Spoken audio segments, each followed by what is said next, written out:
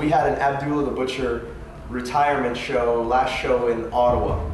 And this, to date, was the last time Abdullah would compete in Canada. So he books this guy, Dangerous Dan, and tells him, you know, you're gonna get to wrestle Abdullah, it's gonna be great for you, you know, it's, you do all the hardcore and he does it too, and you know, you're in there with me, it's like you're surrounded by good people and it's gonna be good exposure for you, it's gonna be a great experience, and he really like, you know, he kind of lures him into a false sense of security, much like he did with us with the ring. And then he gets this other guy, the Hickster, and this is a guy, you know, I had traveled with him and stuff, and I can tell you, this guy, he's the kind of guy who likes to be very two-faced. You know, he'll be nice to your face, and then, you know, he'll suddenly be back talking to you. And what I always found funny was he always talked about Devin, about Hannibal, and he was always like, you know, that guy, I was supposed to work with him on some show, I forget when, I think it was in Montreal for CWA, which was a Fed running up there. And he's like, yeah, I was supposed to work with him up there, but, you know, I think deep down inside he was scared of me. I think that, you know, he knew that I'm tougher than him, you know, my matches are better than his, I'm more hardcore, I'm not, you know, and I think he's scared of me, and if we were in the same ring, you know, he'd see that he's not in my league. And he's like, really, he doesn't know that Hannibal and I are friends and stuff, and he's really putting the boots to him. So then, you know, coming to this show in Ottawa, he's a big star in Ottawa. He has his own promotion that he books and that he, you know, has himself featured in all the main bouts.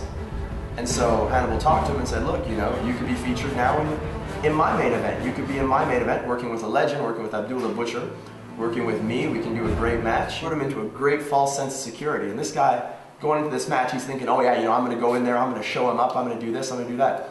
Match time comes around. You got Hickster and Dangerous Dan against Hannibal and Abdullah the Butcher. And I made sure I got a great first-hand look at this. I came out from I don't usually come out from backstage to watch stuff. I came out from the backstage along with several of the other guys to watch this.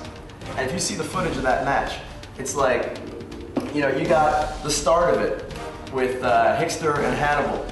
And oh, and the referee also. The referee was another guy who deserved a bit of his comeuppance, because, you know, he was in the ring reffing that match drunk, and he had also stolen money from one of our guys, from one of the other guys who was on tour with us in Thunder Bay. First thing in that match is that Dangerous Dan reaches over and he hits Hannibal, and Hannibal tells the ref, hey ref, he hit me, ref stopped paying attention, and he slaps him, and I mean just slaps him, but he kind of didn't catch him flush, he caught him a little bit easy.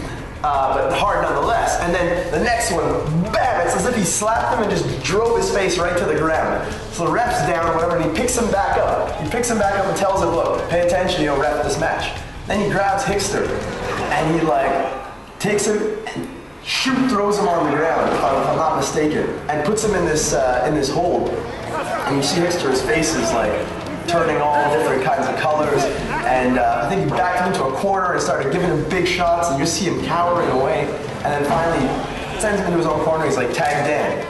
They go for like a test of strength in the match, and you see Hannibal does that with him, works with him a bit, and then grabs him and gives him this judo throw, puts him on the ground, locks him in a hole, and you see Dan like saying like, okay, and you see him tapping out right at the start, like saying stop, and then that's when things start to break down. Then all hell breaks loose. There's fighting on the outside, fighting on the inside.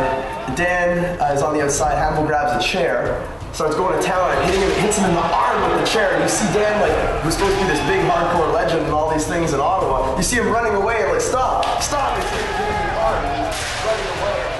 Hickster, I don't know why, he was on the apron, he was kind of high on the ropes. Hannibal just reels him back and nails him in the head with his chair shot, and he is down. The crowd's going nuts. It was actually amazing. And Dan's running away. Abdullah kind of takes him out, and then Hannibal goes back in and gives this big power bomb, this gut-wrench power bomb to Hickster. And this guy's like 400 pounds, he's almost 500 pounds, a big blob of blubber. And Hannibal picks him up, drops him down, and that's the end of the match.